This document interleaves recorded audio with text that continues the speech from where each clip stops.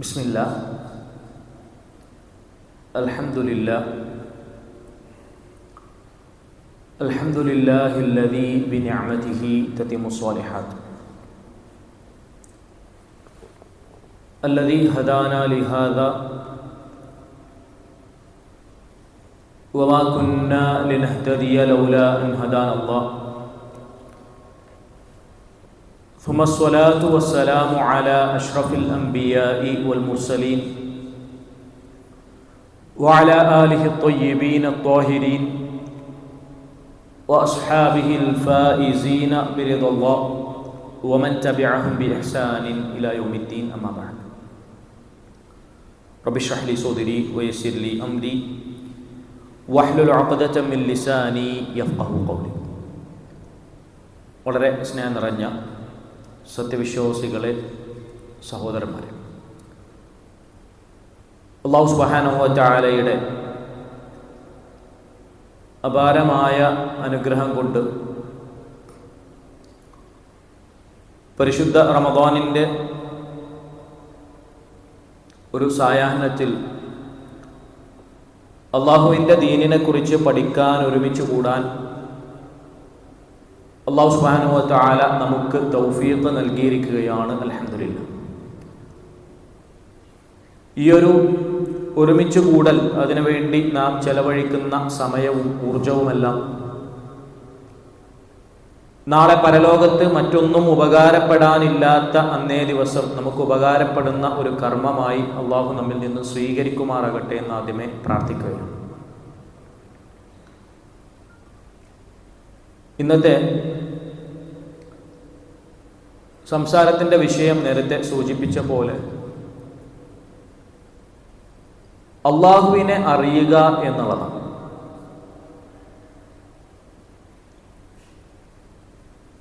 ഒരു മനുഷ്യനെ സംബന്ധിച്ചിടത്തോളം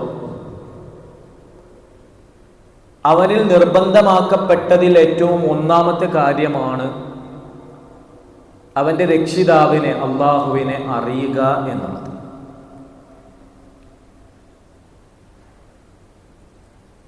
ഒരു മനുഷ്യൻ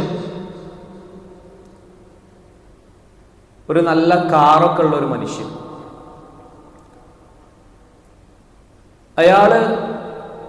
അയാളുടെ കാറിനെ വളരെ ഭംഗിയായിട്ട് കൊണ്ട് നടക്കുന്നുണ്ട്.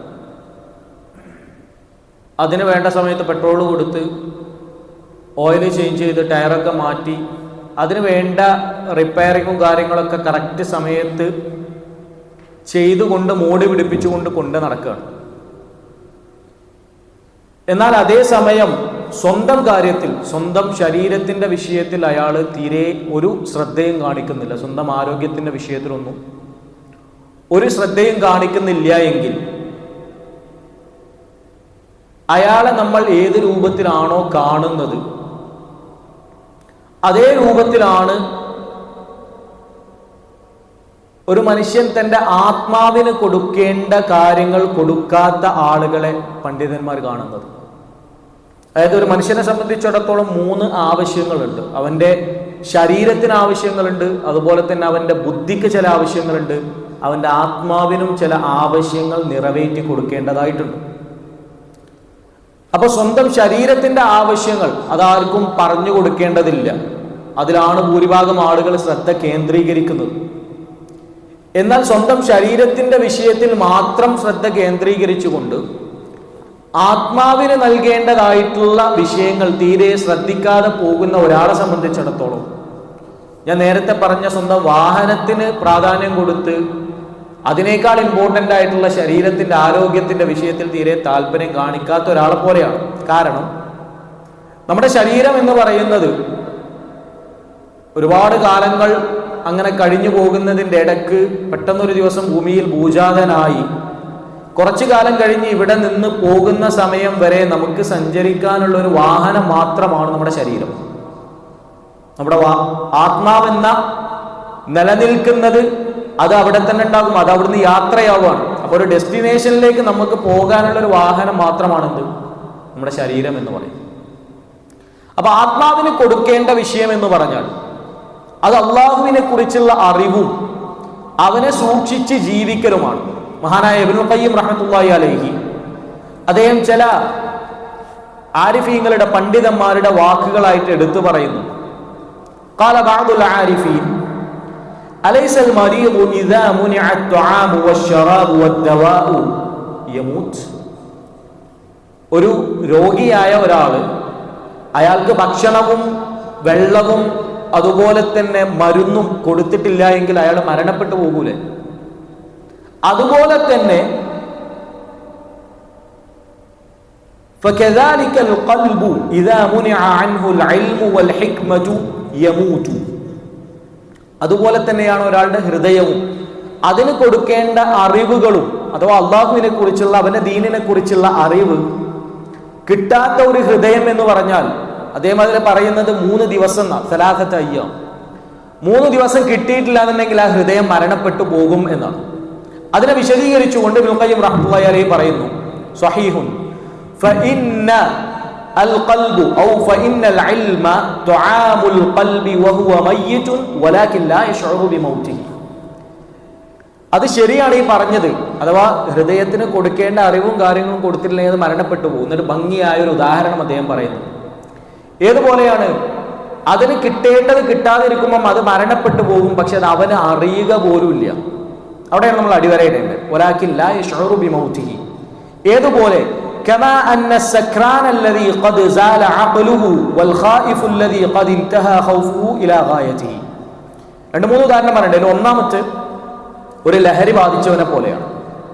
കള്ളു കുടിച്ച് ലഹരി ബാധിച്ച ഒരാളെ സംബന്ധിച്ചിടത്തോളം അയാൾ ചെയ്യുന്നത് എന്താണെന്ന് അയാൾക്കൊരു ബോധം ഉണ്ടാവില്ല. പലതും ചെയ്യുന്നുണ്ടാവും, പക്ഷെ എന്തിനാ ചെയ്യുന്നത് എന്നുള്ളൊരു ബോധം ഉണ്ടാവില്ല. അതുപോലെയാണ് ഹൃദയത്തിൽ അള്ളാഹുവിനെ കുറിച്ച് അറിവില്ലാത്ത ഒരു മനുഷ്യന്റെ അവസ്ഥ. നമ്മളൊന്ന് ഡീപ്പായിട്ട് ചിന്തിച്ചു നോക്കണ്ട. അതായത് കള്ള് കുടിച്ച ഒരാൾ ലഹരി ബാധിക്കുമ്പോൾ എന്തൊക്കെയോ ചെയ്യുന്നുണ്ട്, അത് അയാൾക്ക് മനസ്സിലാവുന്നില്ല. അതേപോലെയാണ് അള്ളാഹുവിനെ കുറിച്ചുള്ള അറിവില്ലാത്ത ഒരു മനുഷ്യൻ ഈ ഭൂമിയിൽ ജീവിച്ചു കൊണ്ടിരിക്കുമ്പോൾ അയാൾ ചെയ്യുന്ന പ്രവർത്തനങ്ങൾ അതേപോലെ ആയിരിക്കും. എന്തിനോ വേണ്ടി ജീവിക്കുന്നു, എന്തിനാ ജീവിക്കുന്നത്, എന്താണ് ലക്ഷ്യം എന്നുള്ള ബോധം ഉണ്ടാവില്ല. അത് ബോധം ഉണ്ടാവില്ല എന്ന് മാത്രമല്ല, അത് അയാൾ മനസ്സിലാക്കാനും കഴിയില്ല. അത് നേരത്തെ പറഞ്ഞ ലാ യശ്ഉറു ബിമൗതിഹി. അവന്റെ ഹൃദയം മരണപ്പെട്ടു പോയെന്ന് അവന് മനസ്സിലാക്കാൻ കഴിയൂല. ഏതുപോലെ ഒരു കള്ളുകുടിയൻ അവന് ചെയ്യുന്ന, ലഹരി പിടിച്ച ഒരാള് അയാൾ ചെയ്യുന്ന എന്താന്ന് അയാൾക്ക് മനസ്സിലാവില്ല. അതേപോലെ തന്നെയാണ് അയാളോട് എന്ത് പറഞ്ഞെടുത്തിട്ടും കാര്യം ഉണ്ടാവും ഇല്ല. അതേപോലെ ആയിരിക്കും അള്ളാഹുവിനെ കുറിച്ചും അവന്റെ ദീനിനെ കുറിച്ചും ജീവിത ലക്ഷ്യത്തെക്കുറിച്ചും ബോധമില്ലാത്ത ഒരാൾ അയാൾ പോയിക്കൊണ്ടിരിക്കും അയാളോടും പറഞ്ഞാലുള്ള അവസ്ഥ. രണ്ടാമത്തെ ഉദാഹരണം അദ്ദേഹം പറഞ്ഞത് വൽ ഖായിഫുൽ ലദീ ഖദ് ഇൻതഹാ ഖൗഫുഹു ഇലൽ ഗായ. പേടിച്ച് വരച്ചുകൊണ്ടിരിക്കുന്ന ഒരു മനുഷ്യൻ, അയാളോട് എന്തെങ്കിലും പറഞ്ഞാൽ തിരിയോ? അയാൾ മുഴുവൻ കോൺസെൻട്രേഷനും അയാൾ പേടിച്ചുകൊണ്ടിരിക്കുന്ന ആ ഒരു വിഷയത്തെക്കുറിച്ചായിരിക്കും. അതുപോലെ തന്നെ മൂന്നാമത്തെ ഉദാഹരണമായിട്ട് പറഞ്ഞ് ഒരു രോഗിയായ ഒരാൾ, അയാൾക്കൊരു ഓപ്പറേഷൻ ചെയ്തുകൊണ്ടിരിക്കുകയാണ്. അപ്പൊ അയാളെ സംബന്ധിച്ചിടത്തോളം അതിനെക്കുറിച്ചുള്ള ചിന്തയായിരിക്കും ഉണ്ടാവും. അപ്പൊ ഏതെങ്കിലും ഒരു വിഷയത്തിൽ കോൺസെൻട്രേറ്റ് ചെയ്തുകൊണ്ട് നിൽക്കുന്ന സമയത്ത് വേറൊന്നും അറിയാതെ നിൽക്കുന്ന ഒരാൾ, അതേപോലെ ആയിരിക്കും അള്ളാഹുവിനെ കുറിച്ച് ദീനിനെ കുറിച്ച് അറിയാത്ത ഒരു മനുഷ്യന്റെ അവസ്ഥ. പക്ഷെ അവരത് തിരിച്ചറിയും എപ്പോ? ഈ ശരീരം കീറി മുറിക്കപ്പെടുന്ന ഒരു രോഗി ആ ഓപ്പറേഷൻ കഴിഞ്ഞതിന് ശേഷം അതിന്റെ വേദന തിരിച്ചറിയുന്നത് പോലെ ഈ പറയപ്പെട്ടവരൊക്കെ എന്ത് ചെയ്യും? അതിന്റെ അവസ്ഥ പിന്നീട് അവരെന്ത് ചെയ്യും? തിരിച്ചറിയുന്നതാണ് എന്ന് ഇബ്നുൽ ഖയ്യിം റഹ്മത്തുള്ളാഹി അലൈഹി പറഞ്ഞു. അപ്പൊ അള്ളാഹുവിനെ കുറിച്ചുള്ള അറിവ് എന്ന് പറയുന്നത് അദ്ദേഹം അദ്ദേഹത്തിന്റെ ഗ്രന്ഥത്തിൽ സൂചിപ്പിക്കുന്നത് ഫഇന്ന ലാ ഹയാത ലിൽ ഖുലൂബി വലാ നഈമ വലാ ലദ്ദത വലാ സുറൂറ വലാ അമാന വലാ തുമഅനീന. ഒരു മനുഷ്യന്റെ ഹൃദയത്തിന് ജീവനോ അനുഗ്രഹങ്ങളോ സുരക്ഷിതത്വമോ ആ ഒരു ഹൃദയത്തിന്റെ കൺകുളിർമയോ ഒന്നും ലഭിക്കുന്നതല്ല. എന്തുകൊണ്ടല്ലാതെ ഇല്ലാ ബി അൻ തഅരിഫ റബ്ബഹ വ മഅബൂദഹ വ ഫാത്തിറഹ. അവന്റെ രക്ഷിതാവിനെ, അവന്റെ ആരാധ്യനെ, അവനെ സൃഷ്ടിച്ചവനായ അവന്റെ രക്ഷിതാവിനെ, അള്ളാഹുവിനെ അറിയുന്നത് വരേക്കും ആ പറയപ്പെട്ടതൊന്നും അവന് ഹൃദയത്തിൽ ആസ്വദിക്കുവാൻ കഴിയുന്നതല്ല എന്ന് ഇബ്നുൽ ഖയ്യിം റഹ്മത്തുള്ളാഹി അലൈഹി പറയും. അപ്പൊ അള്ളാഹുവിനെ കുറിച്ചുള്ള അറിവ് എന്ന് പറഞ്ഞാൽ ഒരു മനുഷ്യന്റെ ഹൃദയത്തിന് ജീവന് കിട്ടുന്നത് അവിടെ നിന്നാണ് അർത്ഥം. അത് കിട്ടിയിട്ടില്ലെങ്കിലോ, അത് കിട്ടിയിട്ടില്ല എന്നുണ്ടെങ്കിൽ അത് മരണപ്പെട്ടു പോവും. ثم قست قلوبكم من بعد ذلك فهي كالحجارة أو أشد قسوة. ഒരു കല്ല് അതിനെപ്പോലെ നിങ്ങളുടെ ഹൃദയം കടുത്തു പോകുന്നവർ. അങ്ങനെ കടുത്ത് കഴിഞ്ഞാൽ പിന്നെ അതിനുള്ളിലേക്ക് ഒരു നന്മയും പ്രവേശിക്കുകയില്ല, പിന്നെ ഒരു നല്ലതും അതിനുള്ളിലേക്ക് പ്രവേശിക്കുകയില്ല എന്നർത്ഥം. അപ്പൊ അള്ളാഹുവിനെ കുറിച്ച് പഠിക്കുക, അള്ളാഹുവിനെ കുറിച്ച് അറിയുക എന്ന് പറഞ്ഞാൽ അത്രയും ഇമ്പോർട്ടൻ്റ് ആയിട്ടുള്ള ഒരു വിഷയമാണ്. കാരണം മരണപ്പെട്ട് കഴിഞ്ഞാൽ ആദ്യത്തെ ചോദ്യം വരെ അതാണ്, മൻ റബ്ബുക, ആരാണ് നിന്റെ രക്ഷിതാവ് എന്ന്. അപ്പൊ അള്ളാഹുവിനെ നമ്മൾ അറിയേണ്ടത് എങ്ങനെയാണ് അറിയാം? വഹി കൊണ്ട് മാത്രമേ നമുക്ക് മനസ്സിലാക്കാൻ സാധിക്കുള്ളൂ. രണ്ട് രൂപത്തിലുണ്ട്. അള്ളാഹുവിന്റെ വുജൂദ്, അള്ളാഹുവിന്റെ അസ്തിത്വം എന്ന് പറയുന്നത് മനസ്സിലാക്കാൻ ആർക്കും സാധിക്കും. കുല്ലു മൗലൂദിൻ യൂലദു അലൽ ഫിത്ര, ശുദ്ധ പ്രകൃതിയിലാണ് ഓരോ മനുഷ്യനും ജനിച്ചു വീഴുന്നത്, അതവന് മനസ്സിലാക്കാൻ കഴിയും. ഇമാം അബു ഹനീഫ റഹ്മത്തുള്ളാഹി അലൈഹി ആണ് എൻ്റെ ഓർമ്മ. അദ്ദേഹം ഒരു പട്ടുനൂൽ പുഴുവിന്റെ കഥ പറയുന്നുണ്ട്. ഒരു പട്ടുനൂൽ പുഴു ഒരു ചെടിയിൽ നിന്ന് ഭക്ഷിക്കുന്നു, അത് പുറത്തു കൊണ്ടുവരുന്ന എന്താണ്? പട്ടാണ്. അതേ ചെടിയിൽ നിന്ന് ഭക്ഷിക്കുന്ന ഒരു ആടും അതുപോലെ കന്നുകാലികളും നമുക്ക് പാല് തരുന്നു. അതേ ചെടിയിൽ നിന്ന് ഭക്ഷിക്കുന്ന ഒരു തേനീച്ച നമുക്ക് തേന് തരുന്നു. ഇതുപോലെ ഒരു മനുഷ്യന് അള്ളാഹുവിന്റെ അസ്തിത്വത്തെ കുറിച്ച് മനസ്സിലാക്കാനാണ്. ഒരു ഗ്രാമീണനായ സാധാരണ ഒരു അറബിയോട് ചോദിക്കുന്നുണ്ട്, നീ അള്ളാഹുവിലൊക്കെ വിശ്വസിക്കുന്നുണ്ടോ എന്ന് ചോദിച്ചപ്പോൾ അയാൾ കൊടുത്ത ഉത്തരം, ഒരു റോട്ടിലൂടെ നടന്നു പോകുന്ന ഒരു ജീവി, അതിന്റെ കാൽപ്പാടുകളും അത് ഉപേക്ഷിച്ചിരിക്കുന്ന കാഷ്ടവും അതിന്റെ ചാണകവും ഒക്കെ ഇതിലൂടെ ഒരു ജീവി നടന്നു പോയിട്ടുണ്ട് എന്നുള്ളതിന് തെളിവാണെങ്കിൽ ഈ ലോകവും അതിലുള്ള സർവ്വചരാചരങ്ങളും ജീവികളും എല്ലാം അള്ളാഹുവിനെ കുറിച്ച് നമ്മൾ ഓർമ്മിപ്പിക്കുന്ന അടയാളങ്ങളല്ലേ എന്ന് അദ്ദേഹം ചോദിക്കുന്നു. വല്ല പണ്ഡിതനൊന്നല്ല, സാധാരണ ഒരാൾ. അപ്പൊ അള്ളാഹുവിന്റെ അസ്തിത്വത്തെ കുറിച്ച് മനസ്സിലാക്കാൻ നമുക്ക് അങ്ങനെ കഴിയും. പക്ഷെ അള്ളാഹുവിനെ കുറിച്ച് ഡീപ്പായിട്ട് അറിയണമെങ്കിൽ അള്ളാഹുവിന്റെ അസ്മാകൾ അറിയണം, അള്ളാഹുവിന്റെ സിഫാത്തുകൾ അറിയണം, അള്ളാഹുവിന്റെ അഫ്ആലുകൾ അറിയണം. 3 കാര്യങ്ങൾ. അള്ളാഹുവിന്റെ നാമങ്ങളും അള്ളാഹുവിന്റെ വിശേഷണങ്ങളും അള്ളാഹുവിന്റെ പ്രവർത്തനങ്ങളും നമ്മൾ അറിയേണ്ടതുണ്ട്. അതെങ്ങനെ മനസ്സിലാവുക? അത് അള്ളാഹുവിന്റെ റസൂല് നമുക്ക് പഠിപ്പിച്ചു തന്ന രൂപത്തിൽ റസൂലുള്ളാഹി സ്വല്ലല്ലാഹു അലൈഹി വസല്ലം ഹദീസുകളിലൂടെയും അള്ളാഹു സുബ്ഹാനഹു വ തആല പരിശുദ്ധ ഖുർആനിന്റെ ആയത്തുകളിലൂടെയും നമുക്ക് പഠിപ്പിച്ചു തന്ന രൂപത്തിൽ നമ്മൾ അതിനെ മനസ്സിലാക്കണം. എന്നാൽ ഇതിൻ്റെ ഒന്നും ഹഖീഖത്തുകൾ നമുക്ക് മനസ്സിലാക്കാൻ സാധിക്കുകയില്ല. നമുക്ക് അതിന്റെ അർത്ഥങ്ങളെ മനസ്സിലാക്കാൻ കഴിയുള്ളൂ. അള്ളാഹുവിന്റെ പേരുകളുടെ അതുപോലെ തന്നെ സിഫാത്തുകളുടെ ഒക്കെ അർത്ഥം മനസ്സിലാക്കും. എന്നാൽ അത് യഥാർത്ഥത്തിൽ എങ്ങനെയാണ് എന്ന് നമുക്ക് മനസ്സിലാക്കാൻ സാധിക്കുകയില്ല. ഞാൻ ഒരു ഉദാഹരണം പറഞ്ഞാൽ പെട്ടെന്ന് മനസ്സിലാവും. ഒരു മനുഷ്യന്റെ മുഖം എങ്ങനെയെന്ന് ചോദിച്ചാൽ നമുക്ക് വിശദീകരിച്ചു കൊടുക്കാൻ പറ്റും, കാരണം നമ്മൾ കണ്ടിട്ടുണ്ട്. അതുപോലെ തന്നെ ഒരു ജീവിയുടെ മുഖം, നമുക്ക് അറിയുന്ന ഒരു ജീവിയുടെ മുഖം ചോദിച്ചാൽ നമുക്ക് പറഞ്ഞു കൊടുക്കാൻ കഴിയും. അതിന്റെ പ്രവർത്തനങ്ങളെ കുറിച്ച് ചോദിച്ചാലും നമുക്ക് പറഞ്ഞു കൊടുക്കാൻ കഴിയും. അതിന്റെ വിഷയം, നമുക്ക് അറിയുന്ന കാര്യങ്ങളൊക്കെ നമുക്ക് പറഞ്ഞു കൊടുക്കാൻ സാധിക്കും. എന്നാൽ അള്ളാഹുവിന്റെ ദാത്തിനെ കുറിച്ചോ സിഫാത്തുകളെ കുറിച്ചോ അതുപോലെ തന്നെ അഫ്ആലുകളെ കുറിച്ചോ അത് യഥാർത്ഥത്തിൽ അതിന്റെ ഹഖീഖത്ത് അനുസരിച്ച് മനസ്സിലാക്കാൻ നമ്മളെ കൊണ്ട് സാധിക്കുകയില്ല. കാരണം എന്താ? കാരണം അത് അള്ളാഹു നമുക്ക് പറഞ്ഞു തന്നത് മാത്രമേ നമുക്ക് അവിടെ മനസ്സിലാക്കാൻ കഴിയുള്ളൂ. റസൂലുള്ളാഹി സ്വല്ലല്ലാഹു അലൈഹി വസല്ലം എന്തൊക്കെ പറഞ്ഞു തന്നിട്ടുണ്ടോ അത് നമുക്ക് മനസ്സിലാവും. അതുകൊണ്ടാണ് ഇമാം മാലിക് റഹ്മത്തുള്ളാഹി അലൈഹിയുടെ സദസ്സിൽ ഒരാൾ ചോദിച്ചു, എന്താ ഇസ്തിവാവിനെ കുറിച്ച് പറഞ്ഞപ്പോ അള്ളാഹു ഉപവിഷ്ടനായി എന്ന ഖുർആനിലെ ആയത്ത് ഒരുപാട് സ്ഥലത്ത് നമുക്ക് കാണാം, ഇസ്തവ അലൽ അർശ്. എന്താണ് അതുകൊണ്ട്, എങ്ങനെയാണത് എന്ന് ചോദിച്ചപ്പോൾ ഇമാം മാലിക് റഹ്മത്തുള്ളാഹി അലൈഹി പറഞ്ഞു, ഇസ്തിവാഉ മഅലൂം, അഥവാ അതിന്റെ അർത്ഥം നമുക്കറിയാം. അത് ഏതൊരു സിഫത്ത് എടുത്തു നോക്കുകയാണെങ്കിലും അതന്നെ, ഇന്ന ഫിഅല് ഇന്ന സിഫത്ത്, അതെന്താണെന്ന് അർത്ഥം നമുക്കറിയാം. വൽ ഈമാനു ബിഹി വാജിബുൻ, അതിൽ വിശ്വസിക്കൽ നിർബന്ധവുമാണ്. പിന്നെയോ വൽ കൈഫു മജ്ഹൂൽ, അതെങ്ങനെയാണ് എന്നുള്ളത് മജ്ഹൂലാണ്, നമുക്കറിയൂല. വസ്സുആലു അൻഹു ബിദ്അത്തുൻ, അതിനെക്കുറിച്ച് ചോദിക്കുക എന്ന് പറഞ്ഞാൽ അത് ബിദ്അത്തുമാണ്. അപ്പൊ പറഞ്ഞു വന്നത്, അള്ളാഹുവിനെ നമ്മൾ അറിയേണ്ടത് അള്ളാഹുവിന്റെ അസ്മാകളുടെ സിഫാത്തുകളിലൂടെ അതുപോലെ തന്നെ അഫ്ആലുകളിലൂടെ നമ്മൾ അറിയേണ്ടതുണ്ട്. അങ്ങനെ അറിഞ്ഞു കഴിഞ്ഞാൽ നമുക്ക് കിട്ടുന്ന നേട്ടം എന്താണ്? നമ്മുടെ ഹൃദയത്തിൽ നേരത്തെ പറഞ്ഞ പോലെ ആ ഒരു ജീവന് കിട്ടും. 2 രൂപത്തിൽ. ഒന്ന് അള്ളാഹുവിനോടുള്ള ഇഷ്ടവും താല്പര്യവും, അതുപോലെ തന്നെ നമ്മൾ എന്തൊരു വിഷയമാണെന്നുണ്ടെങ്കിലും അതിന് ശരിക്കും മനസ്സിലായാലല്ലേ നമുക്ക് ഇഷ്ടപ്പെടാൻ കഴിയുള്ളൂ. ഒരാൾ കല്യാണം കഴിച്ച് ഭാര്യ ആരായിരുന്നു, അവൾ ആരാണെന്ന് ശരിക്കും മനസ്സിലായാലേ അവളെ ഇഷ്ടപ്പെടാൻ കഴിയുള്ളൂ. ഹറാമായ കാര്യമാണെങ്കിലും ഹലാലായ കാര്യങ്ങളാണെങ്കിലും ഒക്കെ നമ്മൾ കേട്ടിട്ടുണ്ടാവും. അത് എന്താണെന്ന് ശരിക്കും മനസ്സിലായപ്പോഴാണ്, അത് അറിഞ്ഞപ്പോഴാണ് അതിനോടുള്ള ഒരു ഇഷ്ടം കൂടിയത്, അല്ലേ? അപ്പോൾ അള്ളാഹുവിനെ കുറിച്ച് യഥാർത്ഥ രൂപത്തിൽ അറിഞ്ഞാൽ നമുക്ക് മനസ്സിൽ അള്ളാഹുവിനോടൊരു ഇഷ്ടം തോന്നും. അത് വേറെ ആരോടും തോന്നാത്ത രൂപത്തിലുള്ള ഇഷ്ടമായിരിക്കും. ومن الناس من يتخذ من دون الله اندادا يحبونهم كحب الله. അള്ളാഹുവിനെ കൂടാതെ ആ രൂപത്തിലുള്ള ഇഷ്ടം വേറെ ആർക്കെങ്കിലും വക വെച്ച് കൊടുത്താൽ അത് ശിർക്കായിട്ട് മാറും.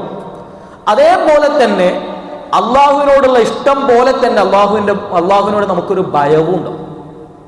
അള്ളാഹുവിന്റെ ശിക്ഷയെക്കുറിച്ചുള്ള ഭയവും ഉണ്ടാവും. അള്ളാഹുവിന്റെ റഹ്മത്തിനോടും അതുപോലെ തന്നെ അള്ളാഹുവിന്റെ സ്വർഗത്തിലുള്ള ഒരു പ്രതീക്ഷയും നമ്മുടെ മനസ്സിൽ അപ്പൊ കടന്നു വരും. അറബി ഭാഷയിൽ പറഞ്ഞാൽ അർ-റജാഉ വൽ ഖൗഫ്, പ്രതീക്ഷയും ഭയവും നമ്മുടെ മനസ്സിലുണ്ടാവും. അള്ളാഹുവിന്റെ സ്വർഗത്തിനോട് നമുക്ക് അതിയായ താല്പര്യം തോന്നും. അതുപോലെ തന്നെ നരകത്തെക്കുറിച്ച് വലിയ ഭയങ്കരമായ പേടിയും നമ്മുടെ മനസ്സിലേക്ക് വരും. അതിനുവേണ്ടിയാണ് മുർസലീങ്ങളും അതുപോലെ തന്നെ കുതുബുകളും വേദഗ്രന്ഥങ്ങളും ഒക്കെ അവതരിപ്പിക്കപ്പെട്ടിട്ടുള്ളത്. ഖുർആനിൽ നമ്മൾ എടുത്തു നോക്കി, നബി സല്ലല്ലാഹു അലൈഹി വസല്ലമയെ അയച്ച സമയത്ത് അയക്കുന്ന വിഷയം പറഞ്ഞെടുത്ത് കാണാം. ഇന്ന അർസൽനാക ഷാഹിദൻ വ മുബശ്ശിറൻ വ നദീറ. മുബശ്ശിർ എന്ന് പറഞ്ഞാൽ സന്തോഷ വാർത്ത അറിയിക്കുന്നവൻ, സ്വർഗത്തെക്കുറിച്ച്, പരലോകത്തെ ഉന്നതമായ അള്ളാഹുവിന്റെ സ്വർഗത്തിലെ ജീവിതത്തെക്കുറിച്ച് നമുക്ക് സന്തോഷ വാർത്ത അറിയിച്ചു തരുന്നതാണ്. രണ്ടാമത്തെ എന്താ? വ നദീറ. നദീറാണ് അഥവാ താക്കീത് നൽകുന്നവനാണ്. എന്തിനെ കുറിച്ച്? നരകത്തെ കുറിച്ച് നമുക്ക് താക്കീത് നൽകുവാൻ കൂടിയാണ് റസൂലുള്ളാഹി സ്വല്ലല്ലാഹു അലൈഹി വസല്ലം വന്നത്. അപ്പോൾ ആ തബ്ശീറിനെ കുറിച്ച്, ഒരുപാട് സ്വർഗത്തെ കുറിച്ച് വിശദീകരിക്കുന്ന ഒരുപാട് ആയത്തുകൾ ഖുർആനിൽ കാണാം. മാലാ ഐനുൻ റഅത് വലാ ഉദുനുൻ സമിഅത് വലാ ഖതറ അലാ ബാലി ശഖ്സിൻ എന്ന് നബി സല്ലല്ലാഹു അലൈഹി വസല്ലം ഹദീസിലൂടെ പഠിപ്പിക്കുന്നുണ്ട്. സൂറത്തു സജദയിൽ കാണാം, ഫലാ തഅലമു നഫ്സും മാ ഉഖ്ഫിയ ലഹും മിൻ ഖുറത്തി അയ്യുൻ. അതുപോലെ സ്വർഗത്തെ വിശദീകരിക്കുന്ന ഒരുപാട് ആയത്തുകൾ കാണാം. ഇതൊക്കെ നമുക്ക് അതിൽ നിന്ന് പാഠങ്ങൾ ഉൾക്കൊള്ളാണ്, അതിനുവേണ്ടി ഒരു താല്പര്യം ഉണ്ടാവാനാണ്. അതേപോലെ തന്നെ നരകത്തെ കുറിച്ച് പറയുന്ന നേരത്തും റസൂലുള്ളാഹി സ്വല്ലല്ലാഹു അലൈഹി വസല്ലം താക്കീത് നൽകുന്ന സമയത്ത് അവര് മക്കാ മുശ്രിക്കുകൾ നബി സല്ലല്ലാഹു അലൈഹി വസല്ലമയോട് പല രൂപത്തിലുള്ള ആവശ്യങ്ങൾ പറഞ്ഞപ്പോൾ റസൂലുള്ളാഹി സ്വല്ലല്ലാഹു അലൈഹി വസല്ലം പറയുന്നുണ്ട്, നിങ്ങളൊന്നും അല്ലേന്ന് ഒന്നും, നിങ്ങളെ മുമ്പ് ഒരുപാട് സമൂഹങ്ങൾ കടന്നു പോയിട്ടുണ്ട്. വകമഹ്ലക്നാ ഖബ്ലഹും മിൻ ഖർനിൻ ഹും അശദ്ദു മിൻഹും ബത്ശ. നിങ്ങളെക്കാളൊക്കെ അഹങ്കാരികളായ ഒരുപാട് ആളുകൾ കടന്നു പോയിട്ടുണ്ട്. പക്ഷെ അവർക്കൊന്നും ശാശ്വതമാവാൻ കഴിഞ്ഞിട്ടില്ല, അവരൊക്കെ നശിച്ചു പോയിട്ടുണ്ട്. അതുപോലെ നിങ്ങളും നശിപ്പിക്കപ്പെടും എന്ന് അവർക്ക് താക്കീത് നൽകിയിട്ടുണ്ട്. ഈ ലോകത്തും പരലോകത്തും നിങ്ങൾ നഷ്ടക്കാരായിരിക്കും എന്നുള്ളത്. അപ്പൊ പറഞ്ഞു വന്ന് ആ രണ്ട് കാര്യങ്ങൾ, റജാ വൽ ഖൗഫ്, ഇത് വന്നു കഴിഞ്ഞാൽ, നമുക്ക് കിട്ടിക്കഴിഞ്ഞാൽ എന്താണ് അതുകൊണ്ടുള്ള നേട്ടം? അത് കിട്ടിക്കഴിഞ്ഞാൽ അല്ലാഹു സുബ്ഹാനഹു വ തആല ഒരുപാട് നമ്മളോട് പറയുന്നുണ്ട്, യാ അയ്യുഹല്ലദീന ആമനു ഇത്തഖുല്ലാഹ് ഇത്തഖൂ, നിങ്ങൾ അല്ലാഹുവിനെ സൂക്ഷിക്കണമെന്നാണ് തഖ്വ എന്ന് പറയുന്നത്. ആ ഒരു തഖ്വ നമ്മുടെ മനസ്സിലേക്ക് നമുക്കതൊരു ഫീൽ ചെയ്യും. അള്ളാഹുവിനെ സൂക്ഷിച്ച് ജീവിക്കൽ അതിന്റെ റിസൾട്ടായിട്ട് നമുക്ക് കിട്ടും. എന്താണ് തഖ്വ? പണ്ഡിതന്മാരെ അതിനെ വിശദീകരിക്കുന്ന ഏറ്റവും സിമ്പിൾ ആയിട്ട് പറഞ്ഞാൽ, ഫിഅലുൽ ഖൈറാത്തി റജാ റഹ്മത്തില്ലാ, അള്ളാഹുവിന്റെ റഹ്മത്ത് പ്രതീക്ഷിച്ചുകൊണ്ട് നന്മകൾ ചെയ്യലും, പിന്നെയോ വതർക്കുൽ മുൻകറാത്തി ഖൗഫൻ മിൻ ഇഖാബില്ലാ, അള്ളാഹുവിന്റെ ശിക്ഷയെ ഭയന്നുകൊണ്ട് തിന്മകളെ ഉപേക്ഷിക്കലുമാണ് തഖ്വ. അപ്പൊ ആ ഖൗഫും റജാവും ഉണ്ടായാൽ നമുക്ക് കിട്ടുന്ന റിസൾട്ടാണ് തഖ്വ എന്ന് പറയും. ഇനി നിങ്ങളൊന്ന് കൂട്ടി വായിച്ചു നോക്കി, നമ്മുടെ ഹൃദയം മരണപ്പെട്ടതുപോലെ ആയിരിക്കും അള്ളാഹുവിനെ കുറിച്ചുള്ള അറിവില്ലായിരുന്നുവെങ്കിൽ. അത് നമുക്ക് കിട്ടിക്കഴിഞ്ഞാൽ അള്ളാഹുവിനോടുള്ള താല്പര്യവും ഇഷ്ടവും പ്രതീക്ഷയും, അതോടൊപ്പം മറുഭാഗത്ത് എന്ത് ചെയ്യും? അള്ളാഹുവിനോടുള്ള ഭയവും നമ്മുടെ മനസ്സിലുണ്ടാകും. ഇത് രണ്ടും കിട്ടിക്കഴിഞ്ഞാൽ അതിന്റെ റിസൾട്ടാണ് തഖ്വ എന്ന് പറയുന്നത്. എന്തിനു വേണ്ടിയാണ് നമ്മളിവിടെ സൃഷ്ടിക്കപ്പെട്ട്? അല്ലാഹു സുബ്ഹാനഹു വ തആല ഖുർആനിൽ പറയുന്നുണ്ട്, വമാ ഖലഖതുൽ ജിന്ന വൽ ഇൻസ ഇല്ലാ ലിയഅ്ബുദൂൻ, അള്ളാഹുവിനെ ആരാധിക്കാൻ വേണ്ടിയാണ്. ആ ആരാധനക്ക് പോലും ഗായത്തുൽ ഗായാത്ത് എന്ന് പണ്ഡിതന്മാർ വിശദീകരിക്കുന്നത്, ആ ആരാധന പോലും ലക്ഷ്യമാക്കുന്നത് അള്ളാഹുവിനെ സൂക്ഷിച്ച് ജീവിക്കലാണ്, തഖ്വ എന്നുള്ളതാണ് എന്ന്. എവിടുന്ന് കിട്ടി? പരിശുദ്ധ ഖുർആനിലെ ആദ്യത്തെ കൽപ്പന തന്നെ, മനുഷ്യരെ മുഴുവൻ വിളിച്ചുകൊണ്ടുള്ള ആദ്യത്തെ കൽപ്പന എന്താ? യാ അയ്യുഹന്നാസ് ഉഅ്ബുദൂ റബ്ബക്കുമുല്ലദീ ഖലഖക്കും വല്ലദീന മിൻ ഖബ്ലിക്കും ലഅല്ലക്കും തത്തഖൂൻ. എന്താണ്? അള്ളാഹുവിനെ നിങ്ങൾ ആരാധിക്കണം, മനുഷ്യരെ, ലഅല്ലക്കും തത്തഖൂൻ, അങ്ങനെ നിങ്ങൾ തഖ്വയുള്ളവരായേക്കാം. നോമ്പിന്റെ വിഷയത്തിൽ പറയുന്നുണ്ട്, യാ അയ്യുഹല്ലദീന ആമനൂ കുതിബ അലൈക്കുമുസ് സിയാമു കമാ കുതിബ അലല്ലദീന മിൻ ഖബ്ലിക്കും ലഅല്ലക്കും തത്തഖൂൻ. നോമ്പ് നിർബന്ധമാക്കിയതും അത് നോക്കുന്നതൊക്കെ ആ തഖ്വ നമ്മുടെ മനസ്സിൽ അനുഭവപ്പെടാൻ, തഖ്വ ഉണ്ടാവണം. അള്ളാഹുവിനെ സൂക്ഷിച്ച് ജീവിക്കണമെങ്കിൽ അതിന് ഈ പറയുന്ന രൂപത്തിൽ അള്ളാഹുവിനെ നമ്മൾ അറിയേണ്ടതുണ്ട്. പണ്ഡിതന്മാർ വിശദീകരണം, ഇതിൻ്റെ ഇടയിൽ അവരുടെ ഇടയിൽ നടക്കുന്ന ഒരു ചർച്ച ഉണ്ട്, ഈ റജാ ആണോ അതല്ല ഖൗഫാണോ ഒരു മനുഷ്യന്റെ ഹൃദയത്തിൽ കൂടുതൽ ആവശ്യമെന്ന്. ചില പണ്ഡിതന്മാർ പറഞ്ഞു ഖൗഫാണ്, അള്ളാഹുവിനെ കുറിച്ചുള്ള ഭയം വേണം, അതാണ് കൂടുതൽ വേണ്ടത്. കാരണം അപ്പോഴേ അള്ളാഹുവിനെ പേടിച്ചുകൊണ്ട് പ്രവർത്തനങ്ങൾ ക്രമീകരിക്കുള്ളൂ, മോശം കാര്യങ്ങൾ ഒഴിവാക്കുള്ളൂ. ചില പണ്ഡിതന്മാർ പറഞ്ഞല്ല, റജ ആണ്, പ്രതീക്ഷയാണ് വേണ്ടത്. ഇതൊക്കെ നമ്മുടെ മനസ്സിൽ നടക്കുന്ന പ്രവർത്തനങ്ങളാണ്. അഫ്ആലുൽ ഖുലൂബ്, ഹൃദയത്തിന്റെ പ്രവർത്തനങ്ങൾ. നമ്മളെ കയ്യും കാലും പ്രവർത്തിക്കുന്ന പോലെ ഹൃദയം പ്രവർത്തിക്കുന്ന പ്രവർത്തനങ്ങളിൽപ്പെട്ടതാണ് റജാഉം ഖൗഫും ഹുബ്ബും ഒക്കെ, അള്ളാഹുവിനോടുള്ള ഇഷ്ടം, പ്രതീക്ഷ, ഭയം എന്നുള്ളതൊക്കെ. അപ്പൊ ഇതിൽ ഏതാ വേണ്ടത് എന്നുള്ള ചർച്ചക്ക് ഈ രണ്ട് രൂപത്തിൽ പറഞ്ഞവരുണ്ട്. പക്ഷെ അതിൽ പ്രബലമായ അഭിപ്രായം എന്ന് പറഞ്ഞാൽ രണ്ടും നമുക്ക് ഒരേപോലെ ആവശ്യമുള്ളതാണ്. ആ 50-50% രണ്ടും ആവശ്യം. അത് അള്ളാഹുവിന്റെ ശിക്ഷയെക്കുറിച്ച് പറയുന്ന സമയത്ത് ആ പേടി വർദ്ധിക്കും. അള്ളാഹുവിന്റെ സ്വർഗത്തെക്കുറിച്ചും അവിടുത്തെ റഹ്മത്തുകളെ കുറിച്ചും നമ്മളോട് സൂചിപ്പിക്കുന്ന സമയത്ത് ആ റജാവും നമുക്ക് വർദ്ധിക്കുന്നതായിട്ട് കാണാൻ സാധിക്കും. അപ്പൊ പറഞ്ഞു വന്നത്, അവസാനിപ്പിക്കുന്നതിന് തൊട്ട് മുമ്പ് മൊത്തത്തിൽ ആകത്തുക എന്ന് പറഞ്ഞാൽ, അള്ളാഹുവിനെ കുറിച്ചുള്ള അറിവില്ലാത്ത ഒരു മനുഷ്യന്റെ ഹൃദയം എന്ന് പറഞ്ഞാൽ നേരത്തെ പറഞ്ഞ പോലെ ഒരു ലഹരി ബാധിച്ച ഒരു മനുഷ്യൻ ജീവിക്കുന്ന പോലെയാണ്.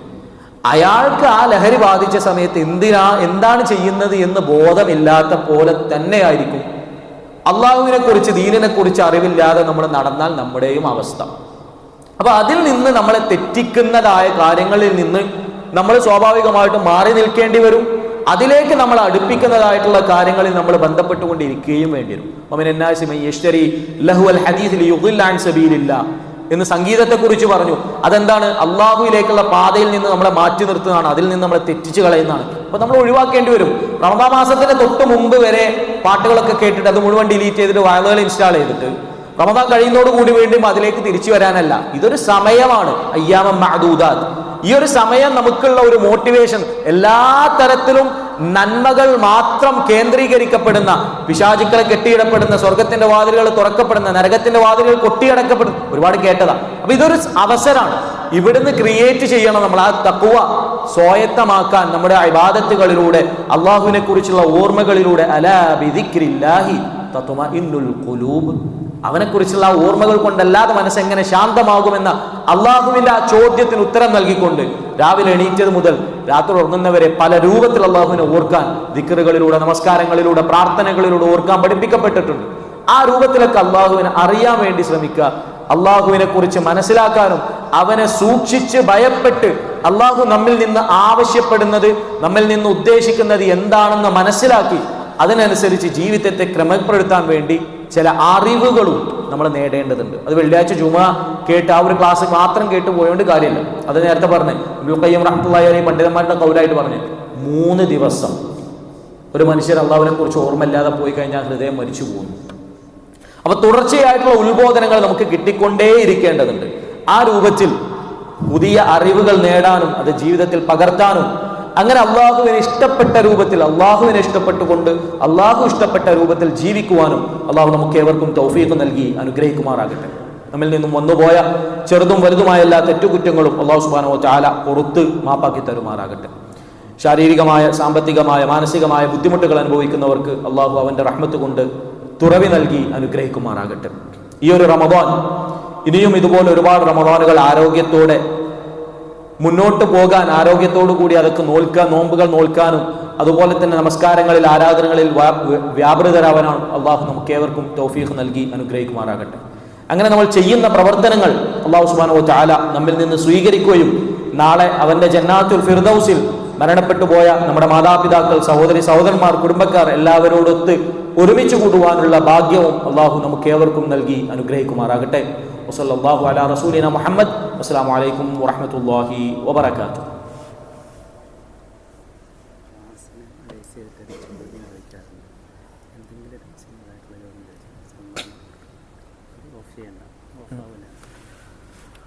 ഓക്കെ, നമ്മളൊരു ചോദ്യം ചോദിക്കാറുണ്ട് എന്ന് പറഞ്ഞു. ഞാൻ തുടക്കത്തിൽ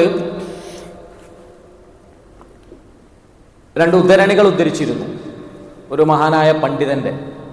ആരെ ഉദ്ധരണികളായിരുന്നു ഞാൻ പറഞ്ഞിരുന്നു? ഇബ്നുൽ ഖയ്യിം റഹ്മത്തുള്ളാഹി അലൈഹി. ബാറക്കല്ലാഹു ഫീക്. ശരിയായ ഉത്തരമാണ്. മഹാനായ ശൈഖുൽ ഇസ്ലാം ഇബ്നു തൈമിയ്യ റഹ്മത്തുള്ളാഹി അലൈഹിയുടെ വിദ്യാർത്ഥി കൂടിയായിരുന്നു ഇബ്നുൽ ഖയ്യിം റഹ്മത്തുള്ളാഹി അലൈഹി.